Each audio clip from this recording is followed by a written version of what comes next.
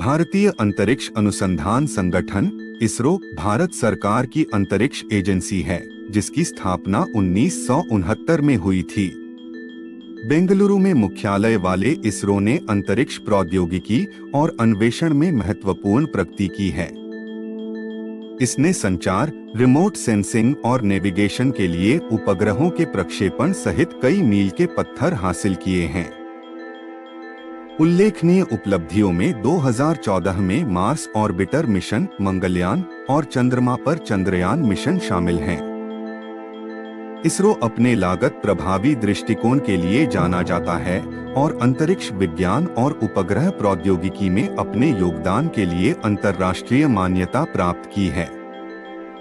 संगठन भारत की अंतरिक्ष क्षमताओं को आगे बढ़ाने और वैश्विक अंतरिक्ष प्रयासों में योगदान देने में महत्वपूर्ण भूमिका निभा रहा है।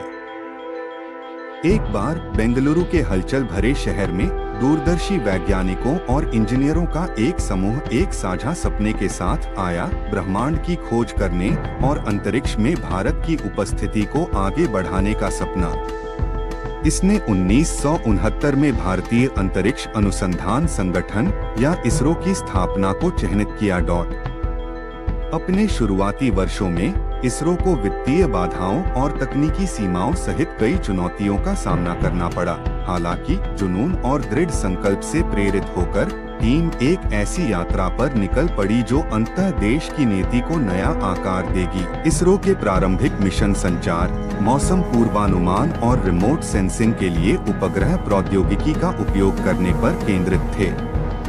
1975 में भारत के पहले उपग्रह आर्यभट्ट का सफल प्रक्षेपण देश की अंतरिक्ष अन्वेषण यात्रा में एक महत्वपूर्ण क्षण था। इसके बाद के मिशन जैसे कि रोहिणी और इनसैट श्रृंखला ने अंतरिक्ष प्रगतिशील राष्ट्र के रूप में भारत की स्थिति को मजबूत किया। जैसे जैसे साल बीतते गए, इसरो की महत्वाकांक्षाएं ऊंची होती गईं। संगठन ने लाल ग्रह पर अपनी नजरें जमाईं और 2013 में मार्स ऑर्बिटर मिशन, जिसे प्यार से मंगलयान के नाम से जाना जाता है, ने दुनिया का ध्यान खींचा।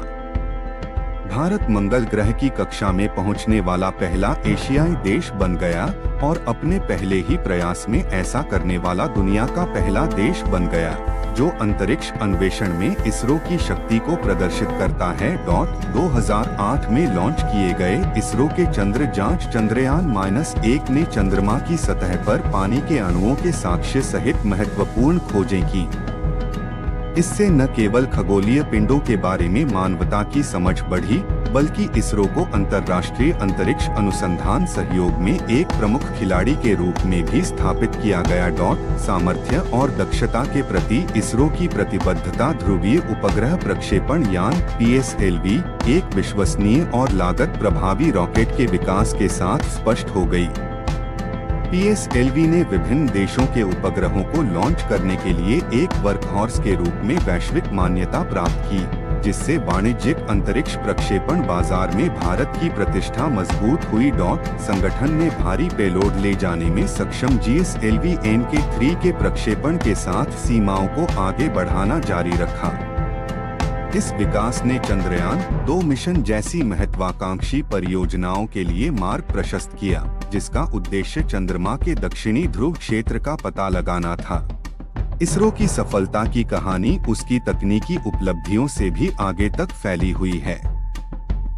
संगठन ने वैज्ञानिकों और इंजीनियरों की एक नई पीढ़ी का पोषण करते हुए नवाचार और सहयोग की संस्कृति को बढ़ावा दिया है। उपग्रहों से लेकर प्रक्षेपण वाहनों तक प्रौद्योगिकी के स्वदेशी विकास पर इसके जोर ने भारत के अंतरिक्ष उद्योग के विकास में योगदान दिया है। जैसे जैसे साल बीतते गए, इसरो का दायरा पृथ्वी की कक्षा से भी आगे बढ़ता गया। संगठन ने वैश्विक भागीदारी को बढ़ावा देते हुए अंतर्राष्ट्रीय अंतरिक्ष अनुसंधान पहल में सक्रिय रूप से योगदान दिया। सहयोग की भावना ने भूराजनीतिक सीमाओं को पार कर लिया, क्योंकि इसरो ने नासा, ESA और अन्य अंतरिक्ष एजेंसियों के साथ मिलकर सामूहिक रूप से ब्रह्मांड के बारे में मानवता की समझ को आगे बढ़ाया।